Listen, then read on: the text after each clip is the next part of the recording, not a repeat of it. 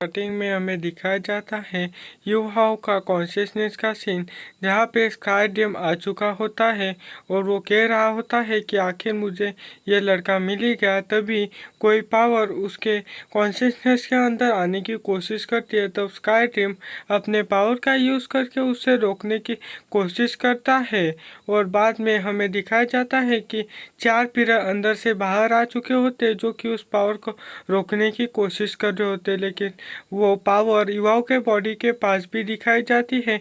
उसके बाद वो पावर कहती है कि मैं आसमान और चांद को एक कर सकता हूँ, मेरे सोल का एक फ्रेगमेंट यहाँ पे गिर गया है, इसलिए मुझे इसी लड़के से काम चलाना होगा। उसके बाद वो स्काई ड्रीम के पावर को ख़त्म करके वहाँ पे रह जाता है। फिर स्काई ड्रीम बोलता है कि चलो ठीक है, हम दोनों एक साथ ही युवाओं के कॉन्शियसनेस के अंदर रहेंगे। फिर हमें बताया जाता है कि ये युवाओं का विजुअल सी है, जहाँ पे हमें पता चलता है कि जो स्काई ड्रीम है उसने युवाओं को अपना मास्टर मान लिया है और उसकी फर्स्ट सोल लिंक बन चुका है। बाद में युवा उठ के कहता है कि मैं मर चुका हूँ।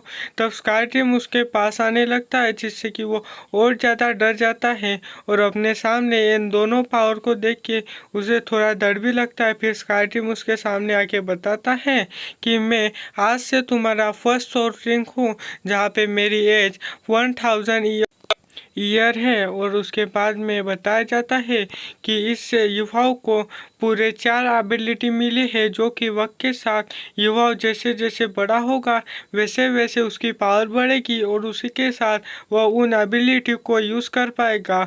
और उसके साथ उसकी जो स्पिरिचुअल आई थी उसकी भी पावर बढ़ चुकी है। और हमें बताया जाता है कि जब वो पावर आ चुकी थी तब स्काई ड्रीम ने वहाँ पे कुछ सील लगा दिए थे, जिससे कि वो पावर युवाओं को हार्म ना कर सके।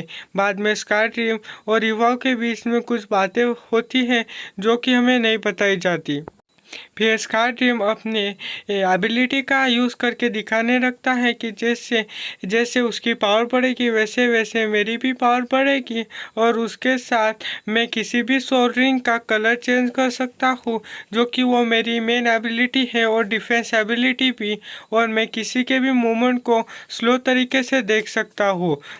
बाद में युवाओं और स्काई ड्रीम को अपनी स्टोरी सुनाता है कि कैसे वो वीक था और यहाँ पे आ चुका है। तब स्काई ड्रीम उसे सजेशन देता है कि तुम टेंशन मत लो, मैं तुम्हारी हेल्प करूँगा। फिर हमें रियलिटी का सीन दिखाया जाता है, जहाँ पे त्यांग्या और बेबे उसको उठाने की कोशिश कर रहे होते हैं, लेकिन वो होश में नहीं आ रहा था। लेकिन कुछ टाइम बाद जब युवाओं की आँख खुलती है तो उन दोनों को सामने देख के वो थोड़ा सा हैरान हो जाता है और उनको धन्यवाद भी करता है, क्योंकि इतने बड़े फॉरेस्ट में कोई भी सोल बीस्ट आके उस पर अटैक कर सकता था। तभी वहाँ पे धतूरा स्नेक आ जाता है, जो भी उनको अटैक करने लगता है। तब टांग्या कहती है कि ये मेरे सोल रिंग बनने के लिए बेस्ट है।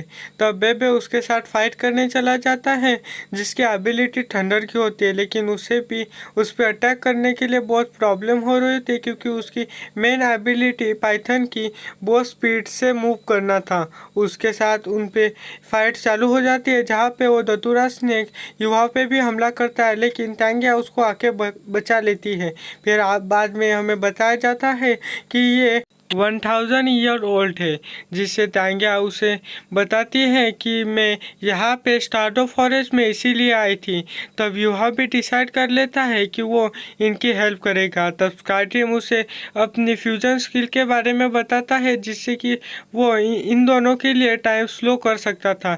बाद में युवा अपने स्पिरिचुअल आई का यूज़ करने लगता है, जो कि न्यू एबिलिटी के साथ अभी यूज़ कर रहा था, जिसकी वजह से उसको सब कुछ और ज़्यादा स्लो और बाद में जब इस चीज़ को सेंस करता है तब वो भी शॉक हो जाता है, क्योंकि उसके पूरे साइड की हर एक चीज़ वो ऑब्जर्व कर सकता था और हर एक पावर सोर्स को इजीली देख सकता था, जिसके वजह से वो अपने सोल रिंग का यूज़ करने लगता है। सेकेंड उसके पास एक थंडर ड्रैगन आ जाता है। बाद में वो उस पर अटैक करता है और बहुत ज़्यादा जख्मी कर लेता है।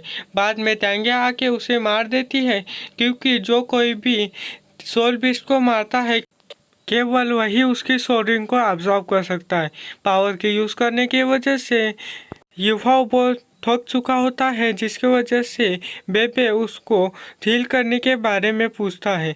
बाद में हमें बताया जाता है कि ये दोनों भी टैंक सेक के मेंबर है और ये जो टैंगिया है वो टैंक सेक के हेड है और बेबे उसके साथ यहाँ पे सोल रिंग लेने के लिए आया था। यह सुन के युवा को कुछ ज़्यादा समझ में नहीं आता। फिर बाद में बेबे उसको सब बताती है और उसको टैंक सेक ज्वाइन करने का ऑफर देती है। फिर बाद में युवा भी उसको एक्सेप्ट कर लेता है। बाद में वो सब फिश पकड़ के खाने लगते हैं। तब टैंगिया अभी ट्राई करते हैं लेकिन उससे तो होता नहीं और एक फिश वेस्ट हो जाती है। बाद में युवा बताता है कि कैसे वो यहाँ तक आया। बाद में बेबे उसको ट्रेनिंग देने लगता है कि कैसे हिडन वेपन को यूज़ करना चाहिए और कुछ न्यू टेक्निक भी बताता है। बाद में हमें बताया जाता है कि ऐसे करते करते 2 दिन बीत चुके हैं और बाद में जब ये श्रेक अकेडमी आते हैं तब हमें दिखाया जाता है कि श्रेक अकेडमी बहुत ज़्यादा बड़ी है। Thank you.